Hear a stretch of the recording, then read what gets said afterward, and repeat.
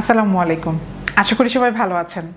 আজকে আমরা জেলা ব্র্যান্ডিংয়ের চতুর্থ কিস্তি করব, অর্থাৎ চতুর্থ ক্লাস। এবং যারা যারা প্রথম ক্লাসটা মিস করেছেন তারা বিসিএস ভাইবা প্রিপারেশনের একটা প্লেলিস্ট করা আছে, সেখানে যে প্রথম ক্লাস জেলা ব্র্যান্ডিং 1 লেখা আছে সেটা দেখে নেবেন। সেখানে আমি জেলা ব্র্যান্ডিংয়ের সাথে সাস্টেনেবল ডেভেলপমেন্ট গোলসের কী সম্পর্ক আছে, কেন জেলা ব্র্যান্ডিংটা এত ইম্পর্টেন্ট, কেন আমরা পড়ছি, তো বিস্তারিত আলোচনা করেছি। প্রথম ক্লাসটা দেখে নেবেন। এবং যাদের জেলা হচ্ছে চট্টগ্রাম, কক্সবাজার এবং বরিশাল, তাদের জন্য আজকের ক্লাসটি। তো চলুন আর দেরি না করে আমরা চলে যাই ক্লাসে। Let's start. চলুন তাহলে প্রথমেই আমরা দেখে নিই প্রথম জেলাটা, সেটা হচ্ছে চট্টগ্রাম। সাগর, বাণিজ্য, সৌন্দর্য, চট্টগ্রাম। তাহলে চট্টগ্রামের স্লোগানটা দেখেন। 1 নম্বর হচ্ছে সাগর, তারপরে বাণিজ্য এবং সৌন্দর্য। এই তিনটা শব্দ দিয়ে চট্টগ্রামকে ব্র্যান্ডিং করা হচ্ছে। তো মনে রাখাটা খুবই ইজি। আর যাদের বাসা চট্টগ্রাম তাদের জন্য এখন বিস্তারিত আমরা দেখব। অনেক ঐতিহ্য আছে চট্টগ্রামে। তো চলুন আর দেরি না করে আমরা চট্টগ্রাম সম্পর্কে জেনে নেই। পটভূমি, চট্টগ্রামের পটভূমিটা কি? চট্টগ্রাম জেলা চাটগাইয়া, সিটাং, বাংলাদেশের দক্ষিণ পূর্বাঞ্চলে অবস্থিত চট্টগ্রাম বিভাগের একটি প্রশাসনিক অঞ্চল। তাহলে এই যে চাটগাইয়া বলা হয়, কিন্তু অনেকেই বলা হয় যারা চট্টগ্রামের দেশের ভাষায় তাদেরকে বলা হয় চাটগাইয়া। আচ্ছা, অবস্থানগত কারণে চট্টগ্রাম জেলা বাংলাদেশের একটি বিশেষ শ্রেণীভুক্ত জেলা। পাহাড়, সমুদ্র, উপত্যকা, বন বনানীর কারণে চট্টগ্রাম প্রাকৃতিক সৌন্দর্যের অন্যতম লীলাভূমি। চট্টগ্রামকে বাংলাদেশের বাণিজ্যিক রাজধানী বলা হয়। তাহলে চট্টগ্রামকে কি বলা হয়? বাংলাদেশের বাণিজ্যিক রাজধানী। খ্রিস্টীয় 9ম শতাব্দী থেকেই আরবগণ চট্টগ্রাম বন্দরের সঙ্গে পরিচিত ছিল। এশিয়ার ঘটনাবলী বর্ণনা করেছেন এমন বিখ্যাত পর্তুগিজদের মধ্যে প্রথম ঐতিহাসিক ডি বারোস 1552 সালে চট্টগ্রামকে এর বন্দরের জন্য বাংলা রাজ্যের সর্বাপেক্ষা বিখ্যাত ও সম্পদশালী নগরী বলে বর্ণনা করেছেন, যেখানে পূর্বাঞ্চলের সকল বাণিজ্য জাহাজ সমবেত হতো। বর্মি ঘটনাপঞ্জিতে আরাকান অঞ্চলের নরপতিদের এক দীর্ঘ তালিকা পাওয়া যায়।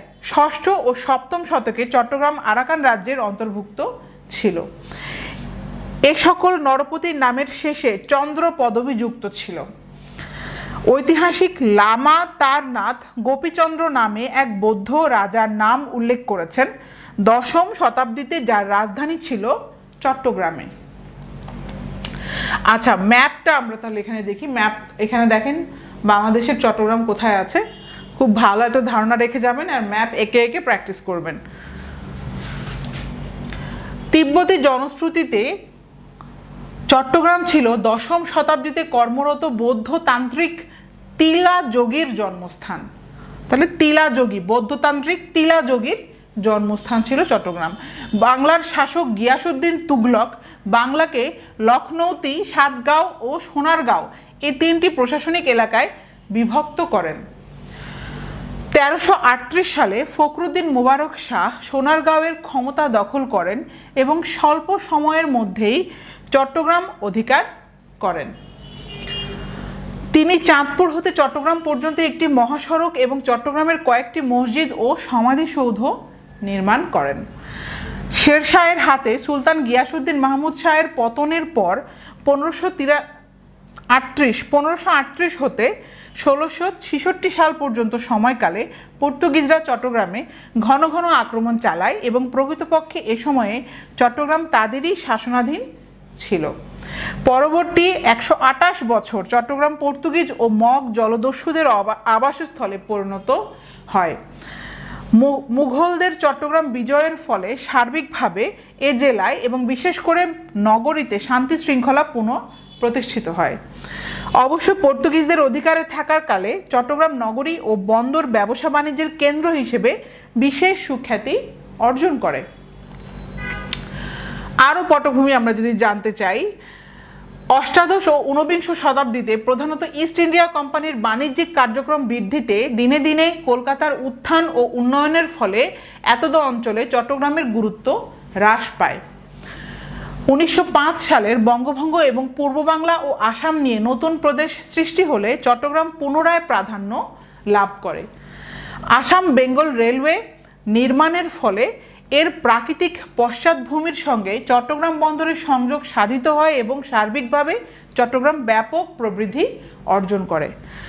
1857 সালের সিপাহী বিপ্লবের সময় 34তম বেঙ্গল পদাতিক রেজিমেন্টের দ্বিতীয়, তৃতীয় ও চতুর্থ কোম্পানিগুলি চট্টগ্রামে মোতায়েন ছিল। 18 নভেম্বর রাতে উল্লিখিত 3টি কোম্পানি বিদ্রোহী হয়ে ওঠে এবং জেল থেকে সকল বন্দী মুক্ত করে সিপাহীরা 3টি সরকারি হাতি, গোলাবারুদ ও ধনসম্পদ নিয়ে চট্টগ্রাম ত্যাগ করে।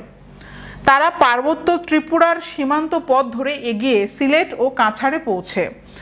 দুর্ভাগ্যবশত তাদের সকলেই কুকি স্কাউটস এবং পরবর্তীকালে 10ম গোর্খা রাইফেল নামে পরিচিত সিলেট লাইট ইনফ্যান্ট্রির হাতে নিহত বা বন্দী হয়।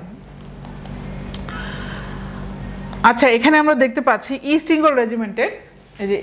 বেঙ্গল রেজিমেন্টের মনোগ্রাম। এখানে একটু দেখে রাখলাম, তাহলে মনে থাকবে। 1930 সালের 18 এপ্রিল রাতে 70 জন যুবক মহাবিপ্লবী মাস্টারদা সূর্য সেনের নির্দেশে কয়েকটি দলে বিভক্ত হয়ে একটি নির্দিষ্ট সময়ে আর্টিলারি কোরের অস্ত্রাগার ও গোলাবারুদের ভাণ্ডার আক্রমণ করে, টেলিফোন অফিস দখল করে এবং ধুম নামক স্থানে রেলপথের ফিসপ্লেট উপড়ে ফেলে সকল যোগাযোগ বিচ্ছিন্ন করে দেয়। তাছাড়া মাস্টারদার তত্ত্বাবধানে প্রীতিলতা ওয়াদেদার নামের এক উচ্চশিক্ষিতা বিপ্লবী নারীর নেতৃত্বে পাহাড়তলিতে অবস্থিত ইউরোপিয়ান ক্লাব আক্রমণ করে তা ধ্বংস করে দেওয়া হয়।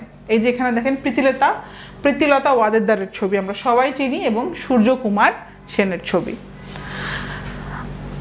আচ্ছা, ক্লাব ধ্বংস করে ফেরার পথে ব্রিটিশ পুলিশের গুলিতে আহত হয়ে মহিয়সী এ নারী পটাশিয়াম সায়ানাইড খেয়ে আত্মহত্যা করেন। পরবর্তীতে সূর্য সেন ইংরেজ শাসনগণ কর্তৃক গ্রেফতার হন এবং 1934 সালের 12 জানুয়ারি তার ফাঁসি হয়। দ্বিতীয় বিশ্বযুদ্ধ চলাকালে ব্রিটিশগণ চট্টগ্রামকে একটি গুরুত্বপূর্ণ ঘাঁটি হিসেবে ব্যবহার করে, ফলে চট্টগ্রাম জাপানি আক্রমণের লক্ষ্যস্থলে পরিণত হয়। 1942 সালের এপ্রিলে পতেঙ্গার বিমান ঘাঁটিতে পরপর 2 দিন এবং ওই বছর 20 ও 24 ডিসেম্বর পুনরায় বোমা বর্ষণ করা হয়। তাহলে এখন চট্টগ্রামের নামকরণটা আমরা এখন একটু দেখব। খুবই ইম্পর্টেন্ট, ভাইভাতে ধরতে পারে এবং আমাদের জানার জন্য, যাদের জেলা চট্টগ্রাম তাদের জন্য জানাটা অনেক বড় একটা দায়িত্ব, একটা নৈতিক দায়িত্ব, এবং একজন সুনাগরিক হিসেবে, একজন দেশপ্রেমিক হিসেবে আমাদের সবার এই ঐতিহ্য, নিজের জেলার নিজের শেকড় সম্পর্কে অনেক ইনডেপথে জানাটা জরুরি। আমার মনে হয় আগে এটা আসলে বিসিএস দিতে না আসলে আসলে এই উপলব্ধিটা হতো না, কিন্তু যেহেতু চলে এসেছি এই লাইনে, এখন বুঝি গুরুত্বগুলো আর কি। নিজেদের ঐতিহ্য, নিজেদের শেকড় সম্পর্কে বিস্তারিত জানলে অনেকটাই নিজের সাথে, দেশের সাথে কানেক্টেড হওয়া যায়। তো ঠিক আছে, আমরা এখন একটু চট্টগ্রামের নামকরণটা দেখব। চট্টগ্রামের প্রায় 48টি নামের খোঁজ পাওয়া গিয়েছে। এর মধ্যে রয়েছে রম্যভূমি, চাটিগা, চাতগাঁও, রোসাং, চিতাগঞ্জ, জাতিগ্রাম ইত্যাদি। চট্টগ্রাম নামের উৎপত্তি নিয়ে বিশেষজ্ঞদের মতভেদ রয়েছে। পণ্ডিত বার্নৌলির মতে আরবি শ্যাত খণ্ড অর্থ বদ্বীপ, গাং অর্থ গঙ্গা, নদী এ থেকে চট্টগ্রাম নামের উৎপত্তি। অপর এক মত অনুসারে ত্রয়োদশ শতকে এ অঞ্চলে ইসলাম প্রচার করতে 12 জন আউলিয়া এসেছিলেন। তারা একটি বড় বাতি বা চেরাগ জ্বালিয়ে উঁচু জায়গায় স্থাপন করেছিলেন। চট্টগ্রামের আঞ্চলিক ভাষায় চাটি অর্থ বাতি বা চেরাগ এবং গাঁও অর্থ গ্রাম, এ থেকে নাম হয় চাটিগাঁও। 1776 সালে প্রণীত ব্রিটিশ মানচিত্রে চট্টগ্রাম সরকার, তাহলে এই যে এখানে আমরা দেখতে পাচ্ছি 1776 সালে প্রণীত ব্রিটিশ মানচিত্রে চট্টগ্রামের ছবি বা মানচিত্র। তখন চট্টগ্রাম নামটি সরকারি দলিলে প্রচলিত ছিল না। এর নাম ছিল ইসলামাবাদ, যা 1666 সালে মুঘল সুবেদার শায়েস্তা খান রেখেছিলেন। স্থানীয়ভাবে ইসলামাবাদের আটপৌরে নাম ছিল চাটিগাঁও। ব্রিটিশরা এই নামটিই গ্রহণ করে। চাটিগাঁওয়ের সংস্কৃত উচ্চারণ চট্টগ্রাম। এখনও চট্টগ্রামকে অনেকে চাটগা বলে অভিহিত করে থাকেন। চাটগাঁর সাধুরূপ চট্টলা।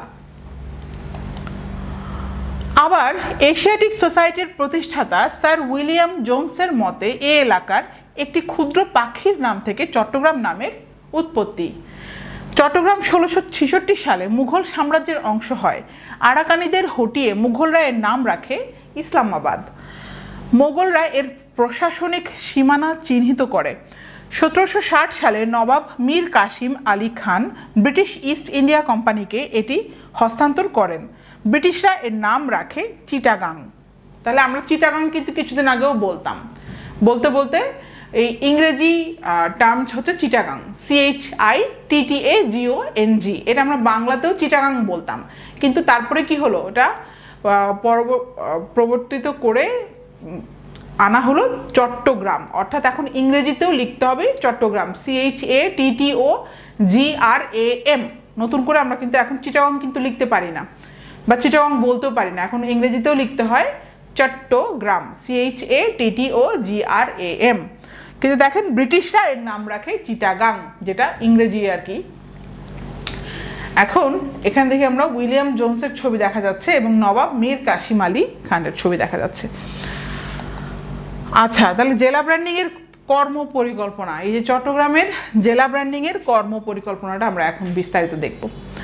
ইতিহাস, ঐতিহ্য, সাংস্কৃতিক বৈশিষ্ট্য, পাহাড়, নদী নালা ও সুনীল বঙ্গোপসাগরের প্রাকৃতিক সৌন্দর্য, শিল্প ও বাণিজ্যিক গুরুত্ব, সর্বোপরি অনন্য আতিথেয়তা প্রভৃতি মিলিয়ে চট্টগ্রাম হচ্ছে অপার বৈচিত্র্যের ভাণ্ডার। ব্লু বিজনেস বিউটি, এই ট্যাগলাইনটি চট্টগ্রাম জেলার অনন্য ও অপার বৈচিত্র্য এবং অর্থনৈতিক বাণিজ্যিক সম্ভাবনাকে ধারণ করে। সম্প্রতি ভারত ও মিয়ানমারের কাছ থেকে সমুদ্র জয়ের পর 1,18,813 বর্গ কিলোমিটার এর যে বিশাল সমুদ্রাঞ্চল, উপকূল হতে 200 নটিক্যাল মাইলের একচ্ছত্র অর্থনৈতিক অঞ্চল প্রতিষ্ঠা এবং 354 নটিক্যাল মাইলের মহিষপান অঞ্চলের তলদেশে অবস্থিত সকল প্রাণীজ ও অপ্রাণীজ সম্পদের অধিকার লাভের পর সরকার এখন ব্লু ইকোনমির অপার সম্ভাবনাকে কাজে লাগানোর নীতি গ্রহণ করেছে। আর তাই সাগর ও সাগর কেন্দ্রিক সব কিছুকে বোঝাতে আমাদের ট্যাগলাইনের প্রথম শব্দটি ব্লু। এই যে দেখেন এখানে খুব সুন্দর করে ব্র্যান্ডিংয়ের যে লোগোটা, চিটাগং ব্লু বিজনেস বিউটি, এখানে কি সুন্দর করে একটা লোগো বানানো হয়েছে। জাহাজ দেখতে পাচ্ছি, নৌকা দেখতে পাচ্ছি, সূর্য এবং গাছ, আকাশ এবং নীল সব মিলিয়ে ব্লু বিজনেস বিউটি এবং চট্টগ্রামকে ধারণ করা হয়েছে লোগোতে। কর্ণফুলী নদীর মোহনাতে অবস্থিত বাংলাদেশের সর্ববৃহৎ এবং প্রধান সমুদ্র বন্দরটি প্রতিষ্ঠিত হয় 1860 সালে। সেই থেকে দেশের আমদানি রপ্তানি বাণিজ্যের প্রধান কেন্দ্র এই চট্টগ্রাম জেলা। এই বন্দরে প্রতি বছর প্রায় $20 বিলিয়ন রপ্তানি বাণিজ্য হয়ে থাকে, যা আমাদের মোট রপ্তানির প্রায় 45%। সারা দেশের প্রায় 40% ভারী শিল্প গড়ে উঠেছে এই চট্টগ্রাম জেলায়। গড়ে উঠেছে 2টি রপ্তানি প্রক্রিয়াজাতকরণ এলাকা বা EPZ, জাহাজ নির্মাণ ও জাহাজ ভাঙ্গা শিল্প সহ বহু শিল্পের আতুর ঘর এই বীর চট্টলা। চট্টগ্রাম জেলার ব্র্যান্ডিং এ অবধারিতভাবেই চলে এসেছে এই বাণিজ্য, আর তাই আমাদের স্লোগানের দ্বিতীয় শব্দটি হচ্ছে বিজনেস, যে এখানে দেখেন লোগোটি। আচ্ছা, আমরা ব্লু দেখলাম, বিজনেস দেখলাম, এখন আমরা দেখব বিউটি। চট্টগ্রামের সৌন্দর্য শুধু তার ভৌগোলিক অবস্থান, সীমা আর প্রাকৃতিক বৈশিষ্ট্যের মধ্যেই সীমাবদ্ধ নয়, বরং এর বিস্তৃতি ঘটেছে এর ঐতিহ্য আর বৈচিত্র্যেও। চট্টগ্রামের মানুষের কৃষ্টি, সংস্কৃতি, ভাষা, জীবনাচরণ ও আতিথেয়তার যে বৈচিত্র্য রয়েছে সেটিও এর সৌন্দর্যের একটি বিশেষ দিক। এ অঞ্চলের মানুষের সংস্কৃতিতে উজ্জ্বল হয়ে আছে মেজবান, সাম্পান সহ চট্টগ্রামের একেবারেই স্বতন্ত্র আঞ্চলিক চাটগাইয়া ভাষা। চট্টগ্রামের অধিবাসীদের সামাজিক ও সাংস্কৃতিক জীবনের এই রূপ বৈচিত্র্য চট্টগ্রামের সৌন্দর্যকে নিয়ে গেছে এক অনন্য উচ্চতায়। তাই জেলা ব্র্যান্ডিংয়ে আমাদের স্লোগানে উঠে এসেছে চট্টগ্রামের সৌন্দর্যের কথা তথা বিউটি শব্দটি। এই যে দেখেন লোগোটা দেখতে পাচ্ছি। ভাষা ও সংস্কৃতি, তাহলে আমরা ব্লু বিজনেস বিউটি তো দেখলাম, এখন আমরা দেখব চট্টগ্রামের ভাষা এবং সংস্কৃতির যে ইতিহাসটা আছে। চট্টগ্রাম জেলার অফিসিয়াল ভাষা বাংলা হলেও এ জেলার একটি নিজস্ব ভাষা রয়েছে যেটি চাটগাইয়া নামে পরিচিত। এ ভাষার নিজস্ব বৈশিষ্ট্য, ব্যাকরণ ও শব্দভাণ্ডার রয়েছে। চট্টগ্রাম জেলার অধিকাংশ লোক এ ভাষায় কথা বলে। চট্টগ্রাম জেলা নানা লোকসংস্কৃতিতে সমৃদ্ধ। মুসলমান সম্প্রদায়ের মেজবান এ জেলার একটি ঐতিহ্য। এ অঞ্চলের বহুমাত্রিক ঐতিহ্যবাহী একটি ভোজের অনুষ্ঠান। এছাড়া বিভিন্ন ধর্মাবলম্বীরা তাদের নিজ নিজ ধর্মীয় অনুষ্ঠানগুলো যথাযোগ্য মর্যাদা আর আনুষ্ঠানিকতায় পালন করে থাকে। এছাড়া আদিবাসী সম্প্রদায়ের নববর্ষ উপলক্ষে বৈশাখী উৎসব, বিয়ে, চৈত্র সংক্রান্তি ও বর্ষবরণ, হালখাতা, পুণ্যাহ, নবান্ন, পৌষ পার্বণ, অন্নপ্রাশন উপলক্ষে এ জেলার জনগোষ্ঠী লোকজ অনুষ্ঠান পালন করে। এখানে ছবি দেখতে পাচ্ছি মেজবানির জন্য রান্না, দেখেন বিশাল আয়োজন মেজবানির যেভাবে রান্না করা হয়। আর এখানে দেখেন এই যে অতিথি যেভাবে আপ্যায়ন করা হচ্ছে মেজবানের জন্য। তো যারা চট্টগ্রামের তারা অবশ্যই এগুলো জানেন। তো এগুলো যারা জানেন না, যাদের বাসা হয়তো চট্টগ্রামের নয়, তো তাদের জন্য আর কি তুলে ধরা। আমাদের বাংলাদেশি হিসেবেও জানাটা জরুরি। ঐতিহ্য, কোন জেলার ঐতিহ্য কি কি, সেগুলো কিন্তু প্রিলিতে এমসিকিউতে চলে আসতে পারে। অর্থনীতি। চট্টগ্রাম বন্দর দিয়ে বাংলাদেশের সর্বমোট রপ্তানি বাণিজ্যের প্রায় ৭৫% সংগঠিত হয়। অন্যদিকে আমদানি বাণিজ্যের ক্ষেত্রে এ হার ৮০%। দেশের মোট রাজস্ব আয়ের 60% আসে চট্টগ্রামের ব্যবসা বাণিজ্য থেকে। বাংলাদেশের প্রথম রপ্তানি প্রক্রিয়াকরণ অঞ্চল হিসাবে 1983 সালে চট্টগ্রামের হালি শহরে 453 একর জায়গার উপর নির্মাণ করা হয় চট্টগ্রাম ইপিজেড। চট্টগ্রাম বন্দর বিশ্বের একমাত্র প্রাকৃতিক সমুদ্র বন্দর। চট্টগ্রাম ইপিজেড এর ছবি এখানে দেখেন, আর চট্টগ্রাম সমুদ্র বন্দরের ছবি। তাহলে এখানে আরও একটা এমসিকিউ হতে পারে, চট্টগ্রাম বন্দর বিশ্বের একমাত্র প্রাকৃতিক সমুদ্র বন্দর। তাহলে প্রশ্ন যদি হয় কোনটি বিশ্বের একমাত্র প্রাকৃতিক সমুদ্র বন্দর, সেটা হবে চট্টগ্রাম বন্দর। সাধারণ তথ্যগুলো আমরা জেনে নিই। জেলা প্রতিষ্ঠাকাল 1666 সালে চট্টগ্রাম জেলা গঠিত হয়। 3 পার্বত্য জেলা এ জেলার অন্তর্ভুক্ত ছিল। 1860 সালে পার্বত্য এলাকা নিয়ে পার্বত্য চট্টগ্রাম জেলা গঠন করা হয়। পরবর্তীতে এ জেলা ভেঙে কক্সবাজার জেলা গঠিত হয়। মোট আয়তন 5282.92 বর্গ কিলোমিটার অথবা 2039.75 বর্গ মাইল। তাহলে বর্গ মাইলে হচ্ছে 2039, আর যদি বর্গ কিলোমিটারে হয় তাহলে 5282। আয়তনে এটি বাংলাদেশের দ্বিতীয় বৃহত্তম জেলা। সীমানা উত্তরে ফেনী জেলা এবং ভারতের ত্রিপুরা, দক্ষিণে কক্সবাজার জেলা, পূর্বে বান্দরবান জেলা, রাঙামাটি জেলা ও খাগড়াছড়ি জেলা, পশ্চিমে নোয়াখালী জেলা ও বঙ্গোপসাগর অবস্থিত। এছাড়া দ্বীপাঞ্চল সন্দ্বীপ চট্টগ্রামের অংশ। আচ্ছা, এখানে ম্যাপটা দেখলে কিন্তু খুবই ক্লিয়ার হয়ে যাবে। দেখেন উত্তরে আছে হচ্ছে ফেনী, খাগড়াছড়ি এবং নোয়াখালী, এবং পূর্বে দেখতে পাচ্ছি রাঙামাটি, বান্দরবান, তারপরে পশ্চিমে হচ্ছে দেখেন বঙ্গোপসাগর পড়েছে, এবং দ্বীপাঞ্চল সন্দ্বীপও কিন্তু চট্টগ্রামের অংশ, এখানে সন্দ্বীপটা দেখা যাচ্ছে, এবং দক্ষিণে বঙ্গোপসাগরও আছে, কক্সবাজারও আছে। সো ম্যাপটা ভালো মতো দেখে মাথায় একদম ভালো মতো সীমানাটা নিয়ে যাবেন। আচ্ছা, তাহলে জনসংখ্যা কত? মোট এখানে দেখা যাচ্ছে 17 লক্ষ, না এখানে 1,75,57,444। তাহলে শুধু চট্টগ্রামেই আছে 1,75,57,444 জনসংখ্যা। জনঘনত্ব প্রতি বর্গ কিলোমিটার প্রায় 1700 জন। সাক্ষরতার হার 80.85। ধর্ম মোট জনসংখ্যার 87.47% মুসলিম। 10.70% হিন্দু এবং 1.83% বৌদ্ধ ও অন্যান্য ধর্মাবলম্বী। প্রশাসনিক এলাকাসমূহ তাহলে দেখি। চট্টগ্রাম জেলা 41 ওয়ার্ড বিশিষ্ট একটি সিটি কর্পোরেশন, 15টি উপজেলা, 33টি থানা, উপজেলায় 17টি ও 16টি মেট্রোপলিটন থানা, 15টি পৌরসভা, 190টি ইউনিয়ন, 890টি মৌজা, 1267টি গ্রাম ও 16টি সংসদীয় আসন নিয়ে গঠিত। সংসদীয় আসন সংখ্যা কয়টি তাহলে? 16টি। নদ নদী, প্রধান নদীর মধ্যে কর্ণফুলী নদী, হালদা নদী, সাঙ্গু নদী এবং মুহুরী নদী উল্লেখযোগ্য। এছাড়াও তুলনামূলক ছোট ডলু নদী ও টঙ্কাবতী নদী রয়েছে। এখানে আমরা কর্ণফুলী নদীর ছবি দেখতে পাচ্ছি। প্রাকৃতিক সম্পদ, চট্টগ্রামের প্রাকৃতিক সম্পদ তাহলে কি কি? খনিজ সম্পদ, জেলার একমাত্র গ্যাস ফিল্ড সাঙ্গু 1994 সালে আবিষ্কৃত হয়। 1995 সালে বাংলাদেশ সরকারের সাথে কেয়ার্ন এনার্জির এই গ্যাস ফিল্ড নিয়ে চুক্তি সম্পাদিত হয়।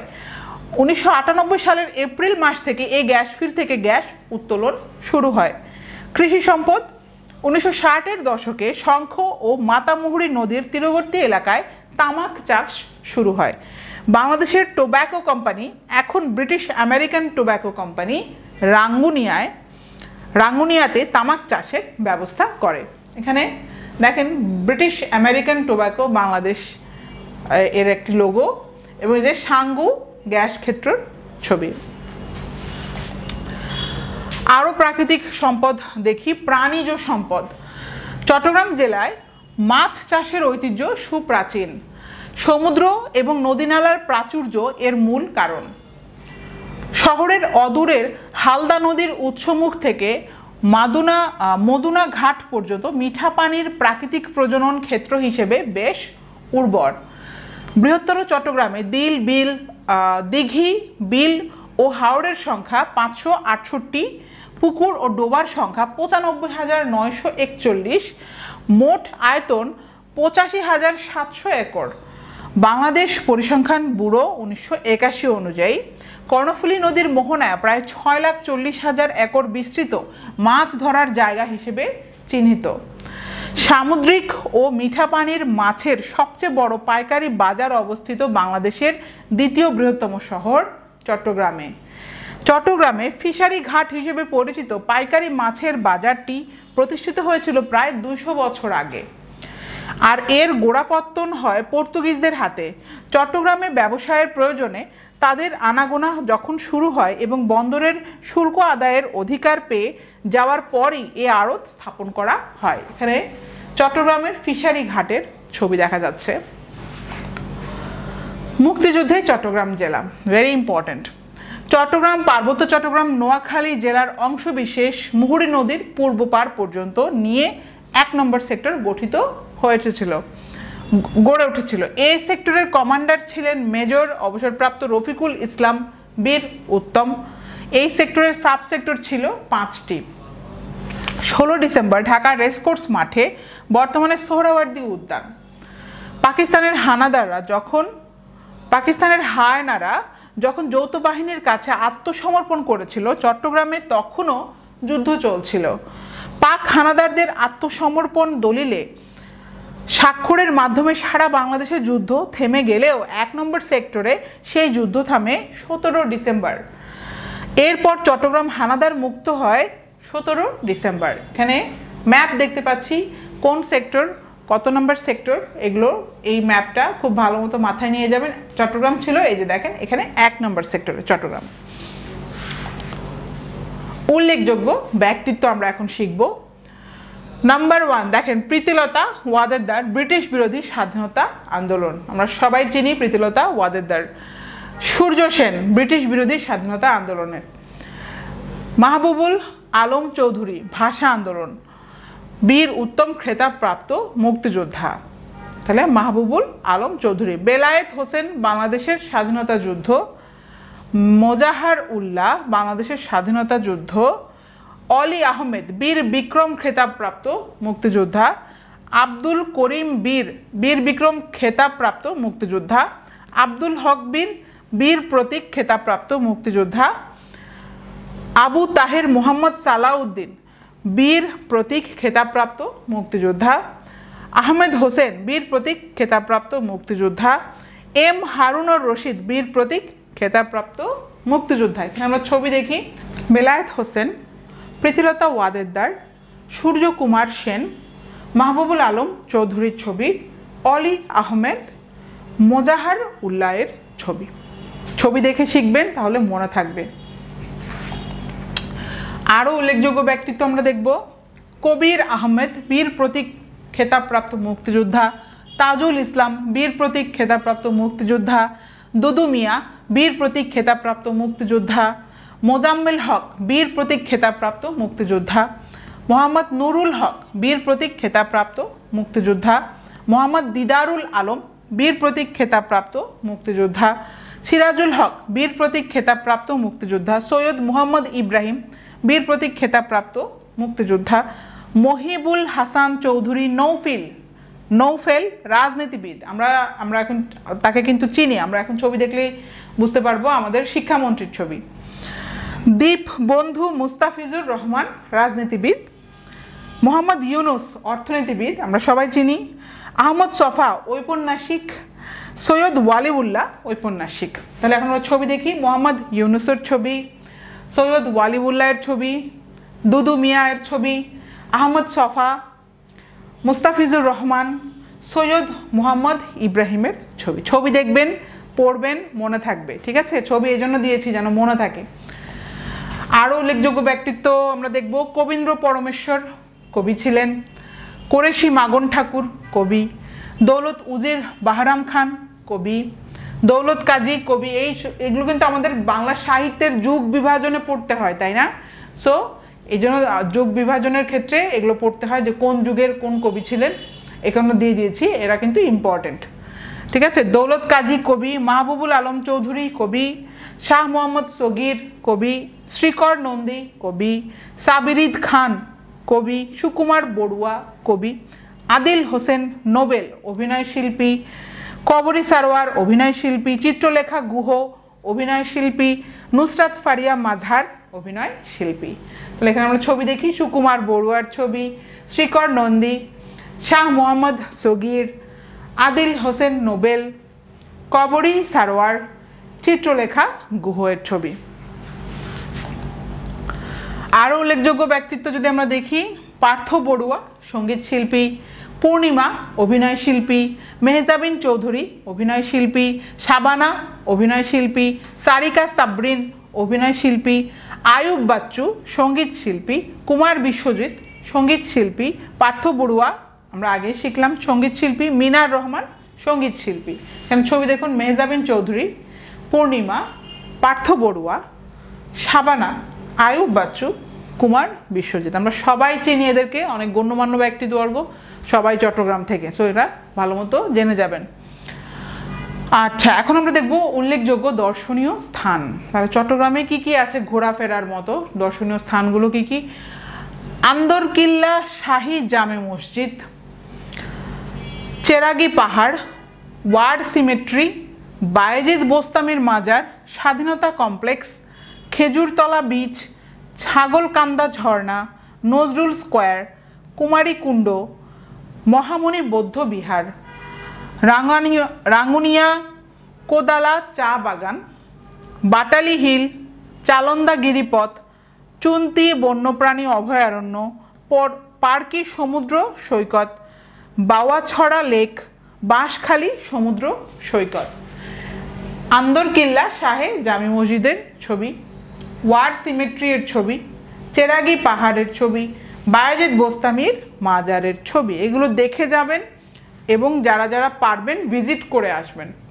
যাদের দেশের বাসা চট্টগ্রাম, সময় থাকলে, সুযোগ থাকলে দেখে আসলে আরও ভালো হবে, আপনার এক্সপিরিয়েন্সটা খুব ভালো হবে, বলতে পারবেন ভাইবাতে যদি জিজ্ঞাসা করে। আরও কিছু দর্শনীয় স্থান দেখি, বাঁশখালী ইকো পার্ক, চন্দ্রনাথ পাহাড় ও মন্দির, মহামায়া লেক, সন্দ্বীপ, গুলিয়াখালী সমুদ্র সৈকত, কুমিরা ঘাট সীতাকুণ্ড, লাল দিঘি, হাজারিখিল অভয়ারণ্য, সোনাইছড়ি ট্রেল, সুপ্তধারা ঝর্ণা, সহস্রধারা ঝর্ণা, পতেঙ্গা সমুদ্র সৈকত, নাপিত্তাছড়া ঝর্ণা ও trail, Foy's lake, Bhatiari lake.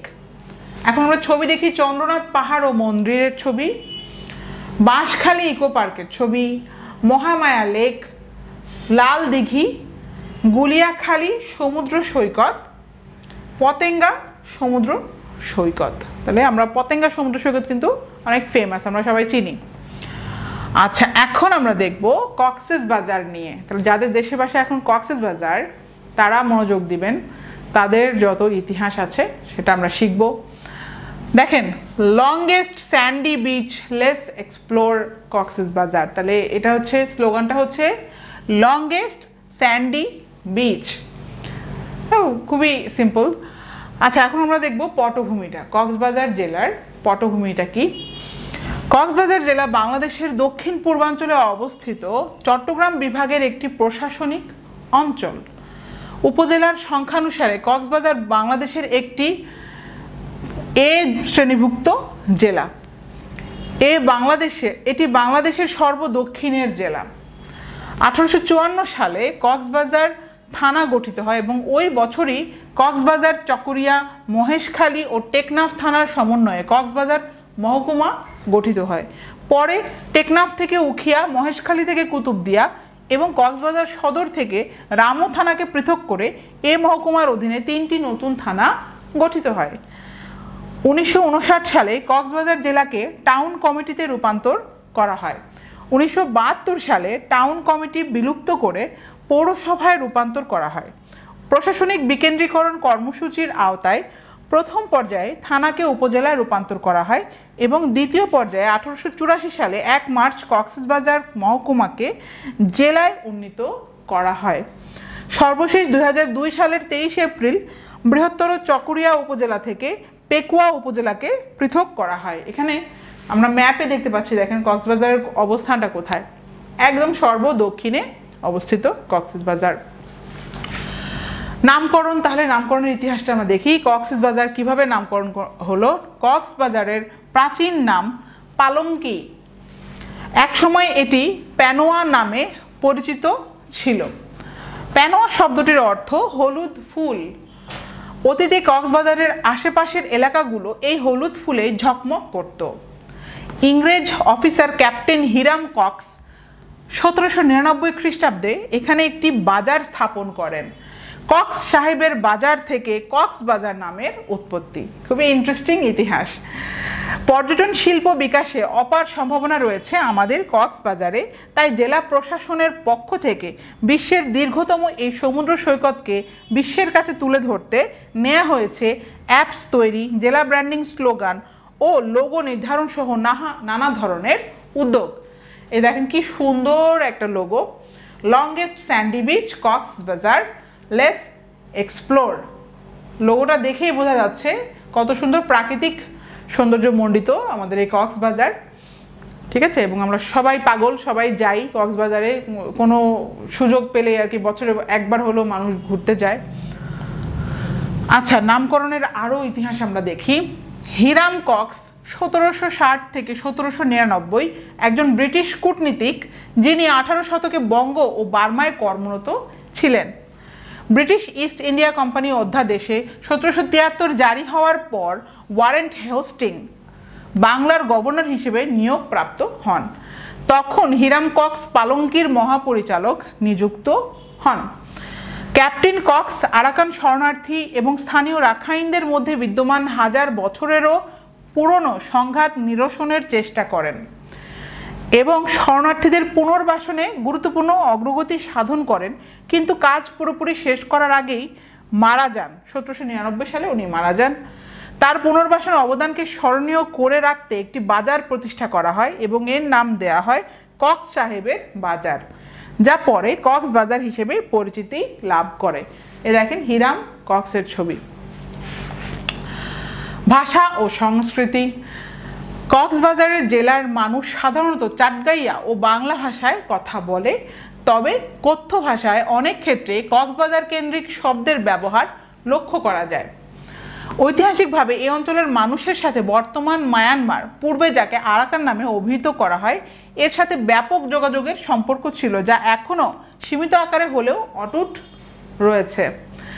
এ কারণে আরাকানের ভাষার কিছু কিছু উপাদান কক্সবাজারের কথ্য ভাষায় মিশ্রিত হয়ে গিয়েছে। এ উপজেলায় নৃতাত্ত্বিক রাখাইন জনগোষ্ঠী বসবাস করে, এদের ভাষার প্রভাবও স্থানীয় ভাষায় লক্ষ্য করা যায়। সমুদ্র তীরবর্তী শহর হিসেবে কক্সবাজার জেলার সংস্কৃতি মিশ্র প্রকৃতির। পূর্ব হতেই বার্মার সাথে এই অঞ্চলের মানুষের সম্পর্ক থাকায় এবং রাখাইন নামক নৃতাত্ত্বিক জনগোষ্ঠী বসবাস করায় কক্সবাজারে বাঙালি এবং বর্মী সংস্কৃতির এক অভূতপূর্ব সমন্বয় লক্ষ্য করা যায়।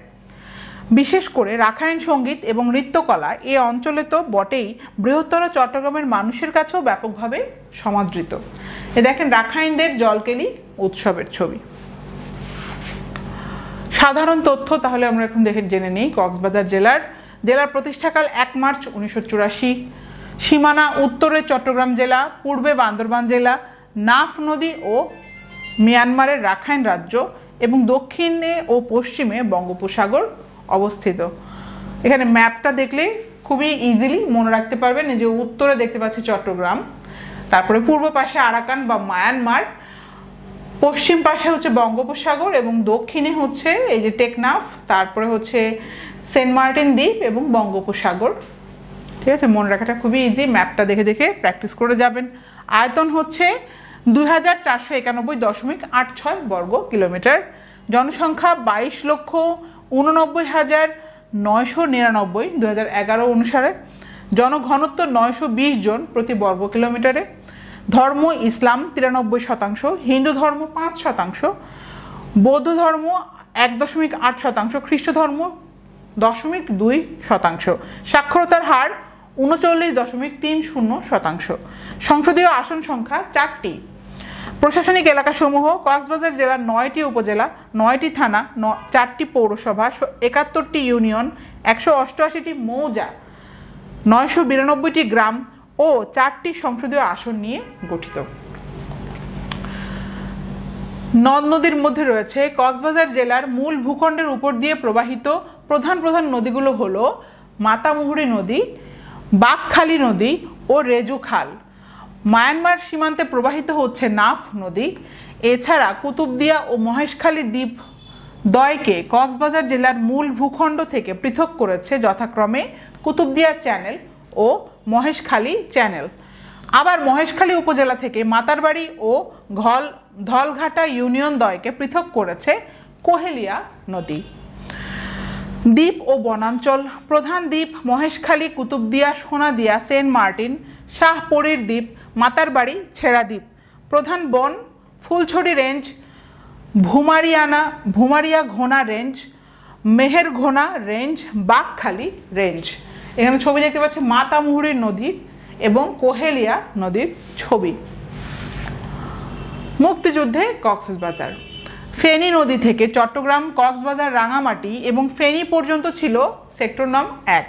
1971 সালের এপ্রিল থেকে জুন পর্যন্ত এই সেক্টরের কমান্ডার ছিলেন মেজর জিয়াউর রহমান এবং জুন থেকে ডিসেম্বর পর্যন্ত কমান্ডার ছিলেন মেজর রফিকুল ইসলাম। 12 ডিসেম্বর কক্সবাজার হানাদার মুক্ত দিবস।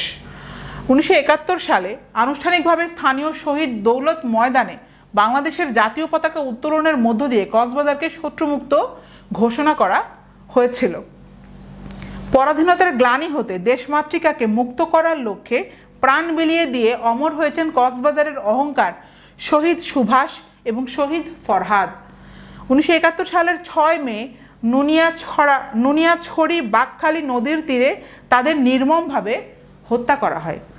কক্সবাজারে মুক্তিযুদ্ধের স্মৃতিচিহ্ন, স্মৃতিস্তম্ভ 3টি ও বৌদ্ধভূমি 1টি। এখানে দেখেন সেক্টরের ম্যাপটা দেওয়া আছে। 1 নম্বর সেক্টরে হচ্ছে কক্সবাজার ছিল, এটা প্র্যাকটিস করে যাবেন। উল্লেখযোগ্য ব্যক্তিত্ব আমরা এখন একটু শিখব। সলিমুল্লাহ খান, অধ্যাপক, লেখক ও গবেষক। মোহাম্মদ আলী, মাননীয় বিচারপতি, Bangladesh Supreme Court. Doctor Shirin Sultan, VC, Chattogram বিশ্ববিদ্যালয়। লুৎফুর রহমান কাজল, সাবেক সাংসদ এবং বিশিষ্ট শিল্পোদ্যোক্তা। এটিএম জাফর আলম, স্বাধীনতা পুরস্কার প্রাপ্ত। ওসমান সরোয়ার আলম চৌধুরী, সাবেক রাষ্ট্রদূত।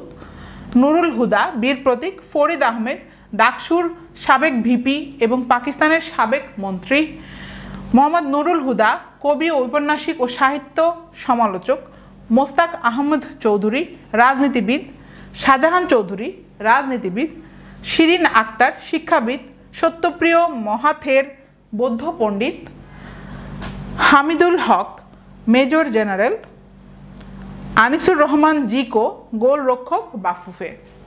এখানে ছবি দেখি আমরা সলিমুল্লাহ খান সবাই আমরা চিনি, ওসমান সারোয়ার, হামিদুল হক, এটিএম জাফর আলম, ফরিদ আহমেদ, সত্যপ্রিয় মহাথের। দর্শনীয় স্থান, তাহলে এই কক্সবাজারে দর্শনীয় স্থান কি আছে? 1 নম্বর হচ্ছে কক্সবাজার সমুদ্র সৈকত, সবাই এটা আমরা জানি, বিশ্ববিখ্যাত কক্সবাজার সমুদ্র সৈকত। 2 নম্বর হচ্ছে হজরত মালিক শাহ রহমতুল্লাহ দরবার শরীফ কুতুবদিয়াতে আছে। বঙ্গবন্ধু সাফারি পার্ক, ডুল হাজরা চকরিয়া, অজ্ঞমেধা বৌদ্ধ বিহার, আদিনাথ মন্দির, ইনানি সমুদ্র সৈকত, ইলিশিয়া জমিদার বাড়ি, টেকনাফ বন্যপ্রাণ অভয়ারণ্য, ডুলা হাজরা সাফারি পার্ক। এখানে দেখেন কক্সবাজার সমুদ্র সৈকতের ছবি, হজরত মালিক শাহ রহমতুল্লাহর দরবার শরীফ, আদিনাথ মন্দির, বঙ্গবন্ধু সাফারি পার্ক, এখানে ছবি দেওয়া আছে, দেখে নেবেন। আরও দর্শনীয় স্থান কক্সবাজারে হচ্ছে রামু রাবার বাগান, নিভৃতে নিসর্গ পার্ক, লামাপাড়া খিয়াং, মাথিনের কূপ, রামু বৌদ্ধবিহার, সোনাদিয়া দ্বীপ, হিমছড়ি, মেরিন ড্রাইভ রোড, শাহপরীর দ্বীপ। এখানে ছবি দেখি, রামু রাবার বাগানের ছবি দেখেন, রামু বৌদ্ধবিহারের ছবি, লামাপাড়া খিয়াং এর ছবি এবং হিমছড়ি এর ছবি। আচ্ছা, এখন আমরা দেখব বরিশাল। ধান, নদী, খাল, এই 3-এ বরিশাল। তাহলে যাদের বাসা বরিশাল তাদের জন্য হচ্ছে এখনকার আয়োজন। বরিশালের যত ঐতিহ্য আছে, ইতিহাস আছে, জেলা ব্র্যান্ডিং আমরা শিখব। তো বরিশালের স্লোগান হচ্ছে ধান, নদী, খাল, এই 3-এ বরিশাল। একদম ছড়া মিলে গেছে, ধান, নদী, খাল, এই 3-এ বরিশাল। এখন আমরা একটু পটভূমিটা দেখি বরিশাল জেলার। বরিশাল জেলা বাংলাদেশের দক্ষিণাঞ্চলের বরিশাল বিভাগের একটি প্রশাসনিক অঞ্চল। এটি 1797 সালে বাকেরগঞ্জ নামে প্রতিষ্ঠিত হয়। বরিশাল বাংলাদেশের অন্যতম গুরুত্বপূর্ণ একটি নদী বন্দর।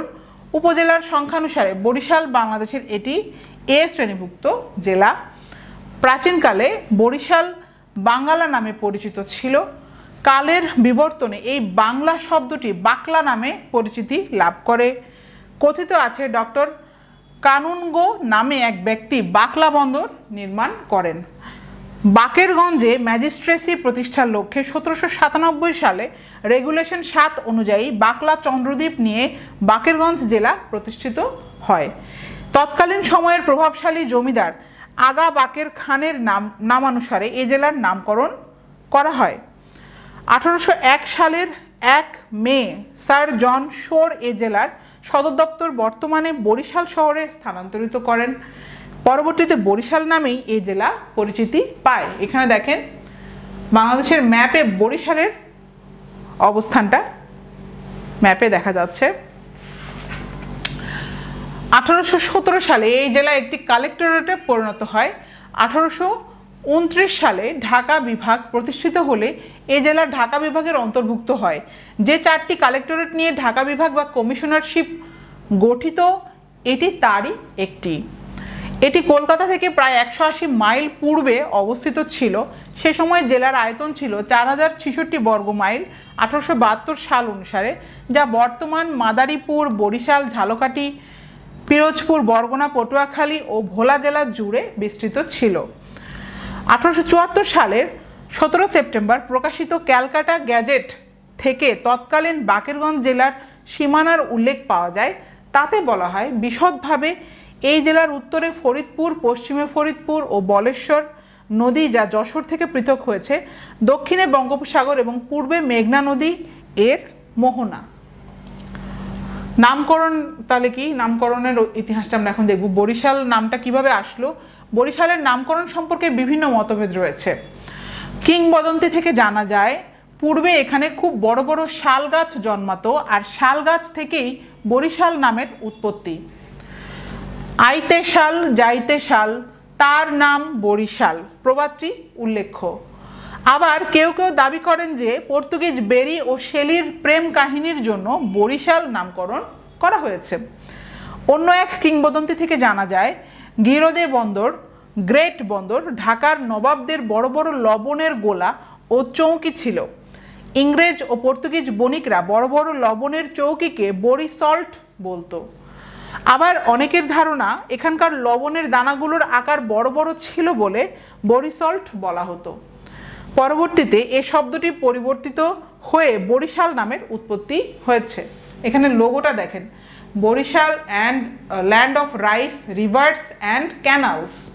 তাহলে ধান, নদী, খাল, এই তিনে বরিশাল বাংলাতে, আর ইংরেজিতে হলে Barishal land of rice, rivers and canals. খুব সুন্দর করে ইংরেজিটাও কিন্তু জেনে যাবেন, মুখস্থ করে যাবেন। এবং দেখেন লোগোটা দেখলেই বোঝা যাচ্ছে রাইস, এই যে রাইস, ধানের অনেক প্যাডি দেখতে পাচ্ছি, ক্যানালস এবং রিভার্স, এই যে নদীও দেখতে পাচ্ছি। খুব সুন্দর লোগো, দেখে যাবেন। সাধারণ তথ্য, বরিশাল জেলার আয়তন 2784.52 বর্গ কিলোমিটার অথবা 1075.11 বর্গ মাইল। সীমানা: উত্তরে মাদারীপুর জেলা, শরীয়তপুর জেলা ও চাঁদপুর জেলা, দক্ষিণে ঝালকাঠি জেলা, বরগুনা জেলা ও পটুয়াখালী জেলা, পূর্বে লক্ষ্মীপুর জেলা, ভোলা জেলা ও মেঘনা নদী, পশ্চিমে পিরোজপুর জেলা, ঝালকাঠি জেলা ও গোপালগঞ্জ জেলা। তাহলে এই ঘিজিবিজি সীমানাটা মনে রাখা খুবই ইজি ওয়ে হচ্ছে ম্যাপটা ভালো মতো আয়ত্ত করে যাওয়া। তাহলে উপরে মানে কি, উত্তরে দেখতে পাচ্ছি এই যে শরীয়তপুর, মাদারীপুর, গোপালগঞ্জ, তারপরে পূর্বে দেখতে পাচ্ছি লক্ষ্মীপুর আছে, ভোলা আছে, পটুয়াখালীও, দক্ষিণে হচ্ছে পটুয়াখালী, বরগুনা, পশ্চিমে হচ্ছে ঝালকাঠি, পিরোজপুর। ঠিক আছে, এটা ম্যাপটা দেখলে মনে থাকবে সীমানাটা। জনসংখ্যা হচ্ছে 24,87,012 জন। সাক্ষরতার হার হচ্ছে 77.57%। সংসদীয় আসন 6টি।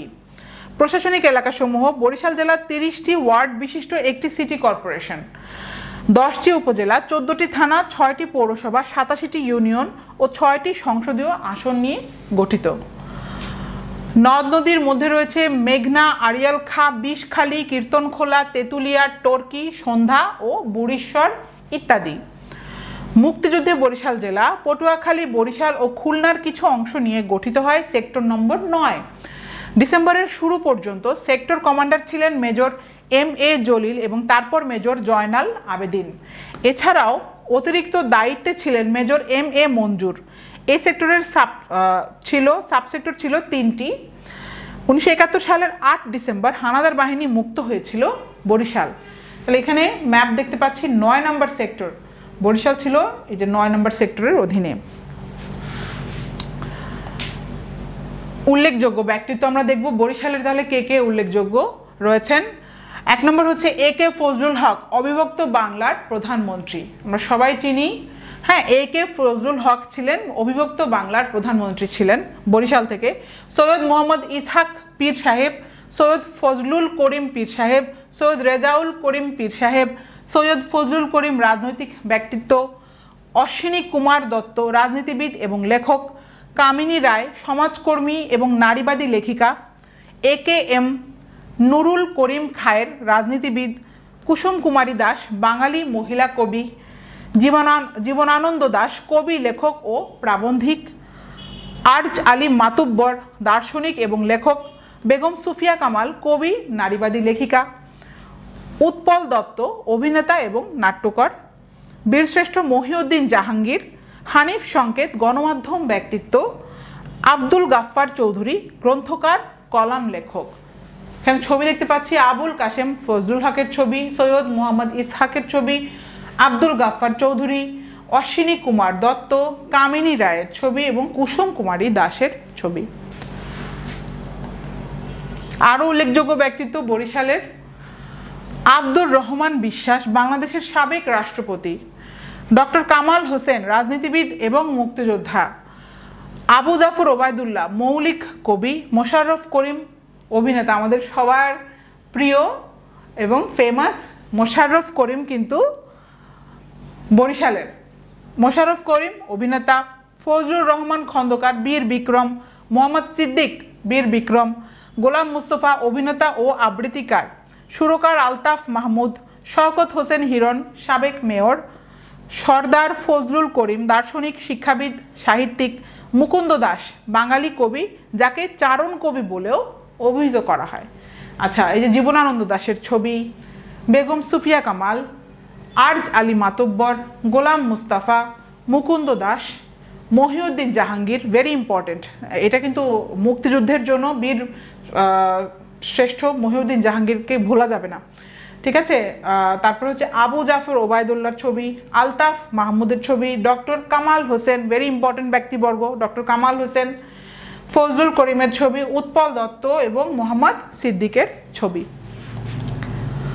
আরও কিছু উল্লেখযোগ্য ব্যক্তিত্ব বরিশাল থেকে, পিয়ারী মোহন দাস স্বাধীনতা সংগ্রামী ও সাংবাদিক, ফণীভূষণ দাশগুপ্ত ব্রিটিশ বিরোধী সশস্ত্র বিপ্লবী পত্রিকা সম্পাদক, মনোরঞ্জন ব্যাপারী সাহিত্যিক, রাশেদ খান মেনন বামপন্থী সংশোধনবাদী ধারার রাজনৈতিক নেতা, প্রাণকুমার সেন নাট্যকর্মী ও পত্রিকা সম্পাদক, সীতানাথ সিদ্ধান্ত বাগীশ বাঙালি লেখক ও সংস্কৃত পণ্ডিত, বিজয় গুপ্ত কবি, সুনীল কুমার গুপ্ত রাজনীতিবিদ, মুক্তিযুদ্ধের সংগঠক, সাবেক মন্ত্রী ও সংসদ সদস্য, মিঠুন চক্রবর্তী প্রখ্যাত অভিনেতা, পঙ্কজ নাথ রাজনীতিবিদ ও সংসদ সদস্য, আমির হোসেন আমু রাজনীতিবিদ ও সংসদ সদস্য,